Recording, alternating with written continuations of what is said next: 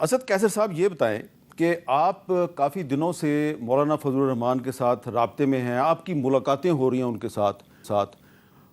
آپ نے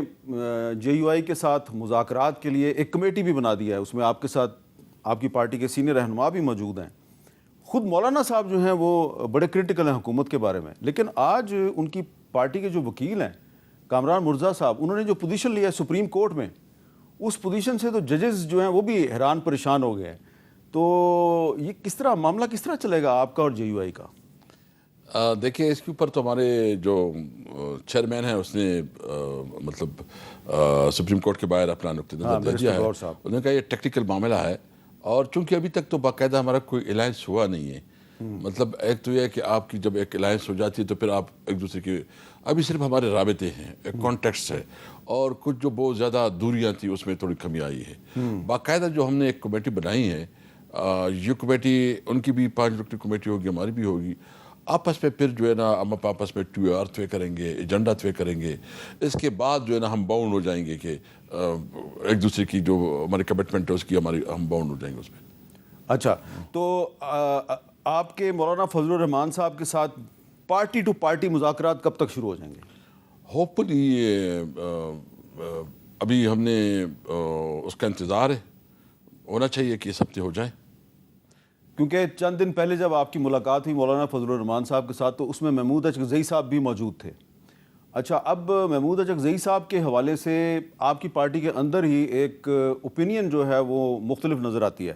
میں آپ کو سناتا ہوں کہ ہمارے پروگرام میں جو ان کی پارٹی کے چیئرمین ہیں بیرسٹر گوہر صاحب، انہوں نے اچکزئی صاحب کے بارے میں کیا کہا تھا۔ ہم انشاءاللہ تعالیٰ اب ڈائیلاگ اتحاد کے بیس پہ بھی محمود خان اچکزئی کے سربراہی میں اپنا ڈائیلاگ کنٹینیو کریں گے۔ آج خان صاحب نے اس کی بھی اجازت دی کہ ڈائیلاگ کو آگے محمود خان اچکزئی صاحب بھی آگے بڑھائیں۔ اچھا، لیکن اس کے بعد جو بیرسٹر علی ظفر صاحب ہیں جو تحریک انصاف کے سینئر رہنما ہیں، ماہر قانون بھی ہیں، سینیٹر بھی ہیں، انہوں نے کیا کہا وہ بھی دیکھ لیں۔ محمود خان اچکزئی صاحب کو مینڈیٹ دیا گیا ہے کہ وہ مذاکرات کریں گے، ایسا ہی ہے؟ نہیں، یہ بھی ڈیفرنٹ ٹوسٹ ہے، کوئی مینڈیٹ نہیں دیا ان کو، صرف یہ کہا گیا ہے، یا خان صاحب کا یہ بیان ہے اور پارٹی کا یہ موقف ہے کہ اگر وہ از خود بات کر رہے ہیں اور اگر مذاکرات کر رہے ہیں تو ہم تو ان کو روک نہیں سکتے، وہ کریں، اور اگر کوئی ویسی تجویز لے کے آتے ہیں تو ہم سنیں گے، لیکن ہم نے کوئی مینڈیٹ نہیں دیا۔ اچھا، اب اسد قیصر صاحب، محمود خان اچکزئی صاحب جو ہیں ایک سینئر پولیٹیشین ہیں، تو جب